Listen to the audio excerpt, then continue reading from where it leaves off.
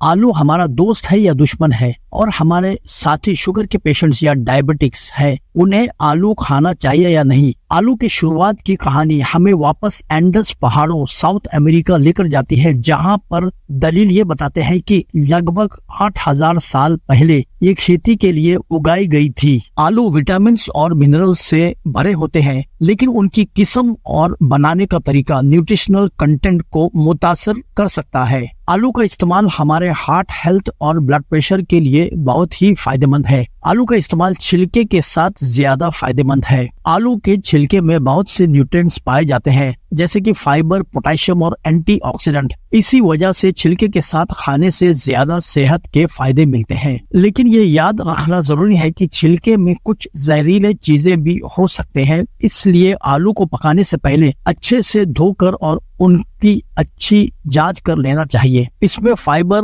Vitamin B6, vitamin C, potassium है और ये सारे चीजें मिलके हमारे हार्ट हेल्थ को मेंटेन रखती है। इसमें कोलेस्ट्रॉल नहीं होता है और ये फाइबर कोलेस्ट्रॉल के लेवल को घटाता है। इसमें पोटेशियम है जो खून के नसों को डायलेट करता है, यानी फैला देता है, जिससे हमारा बढ़ा हुआ ब्लड प्रेशर नॉर्मल की तरफ रहता है। आलू में एंटी इन्फ्लेमेटरी प्रॉपर्टीज पाए जाते हैं, जो तमाम तरह के इन्फ्लेमेशन या सूजन से हमारे बॉडी को बचाते हैं, जैसे जोड़ों का दर्द, जिस्म में दर्द वगैरह। इसमें कोलिन पाया जाता है जो हमारे मसल्स के मूवमेंट को रेगुलेट करते हैं, हमारे मूड को बेहतर करता है, लर्निंग और याददाश्त को बढ़ाता है, हमारे बॉडी के सेल स्ट्रक्चर के झिल्ली या मेम्ब्रेन स्ट्रक्चर को मेंटेन करता है। ये नर्व के इम्पल्सेस और नर्व सेल में ट्रांसमिशन को बेहतर करता है, अर्ली ब्रेन डेवलपमेंट में मदद करता है, फैट के एब्जॉर्प्शन में फायदा करता है। आलू के अंदर विटामिन C पाया जाता है जो हमारे इम्यूनिटी को बूस्ट करता है, और जब हमारी इम्यूनिटी बूस्ट होती है तो हम तमाम तरह के बीमारियों से लड़ने में कामयाब होते हैं। ये जो अल्फा लिपोलिक एसिड आलू में है,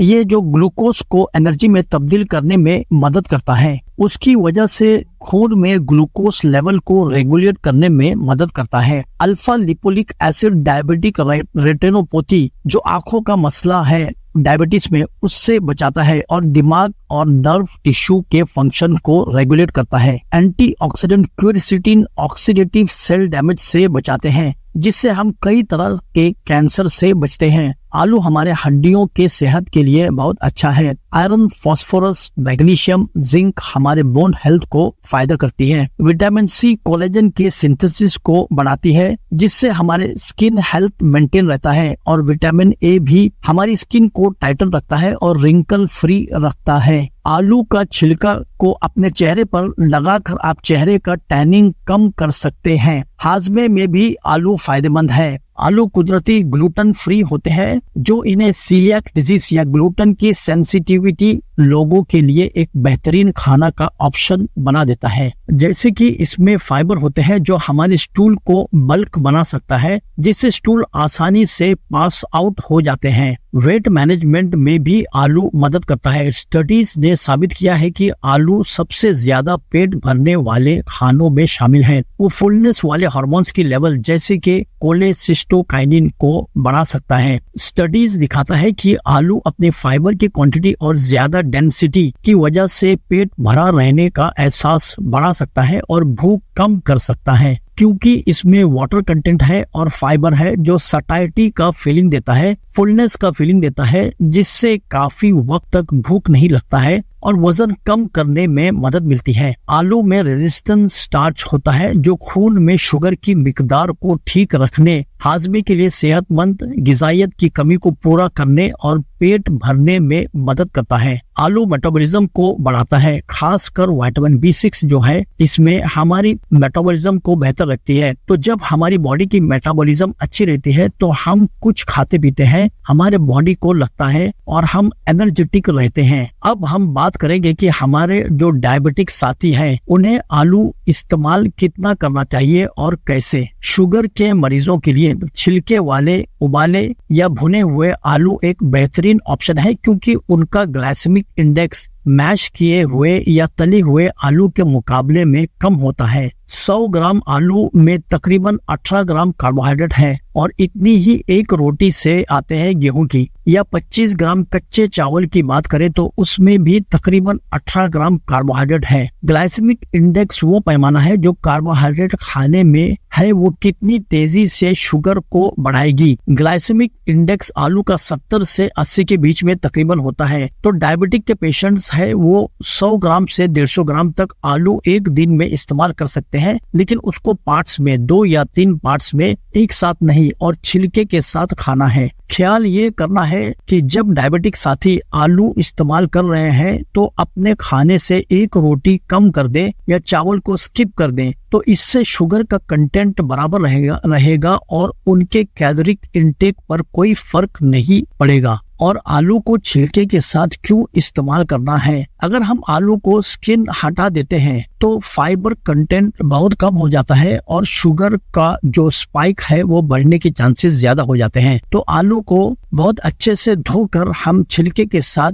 पकाएं। दूसरी चीज ये है कि जब हम आलू को पका रहे हैं तो उसके साथ हरी सब्जी को शामिल कर दें। उससे ये होता है कि वो बहुत लो कार्बोहाइड्रेट्स वाले होते हैं और उसमें ढेर सारे फाइबर और न्यूट्रिएंट्स होता है। इससे आलू का ग्लाइसेमिक इंडेक्स घट जाता है। यानी आलू को पालक के साथ, मेथी के साथ, बैगन के साथ, गोभी के साथ आप मिला सकते हैं, लेकिन मटर के साथ नहीं, क्योंकि मटर का ग्लाइसेमिक इंडेक्स बहुत ज्यादा होता है और मटर में शुगर कंटेंट ज्यादा होता है। तो जब हम आलू को खाएं तो सलाद के साथ या सब्जी के साथ मिलाकर खाएं, जिससे शुगर की स्पाइक कम होती है, यानी उतनी तेजी के साथ शुगर नहीं बढ़ती है। दूसरा तरीका यह है कि आप आलू को प्रोटीन के साथ मिलाकर खाएं, जिससे शुगर धीरे धीरे बॉडी में बढ़ता है। जब हम आलू को पका रहे हैं तो आलू को बहुत ज्यादा गलाना नहीं चाहिए। आलू पक के जितना सॉफ्ट हो जाता है उतनी ही तेजी के साथ शुगर को स्पाइक करता है या बढ़ाता है। आलू अगर हम गर्म खाते हैं तो वो शुगर की तेजी को बढ़ाता है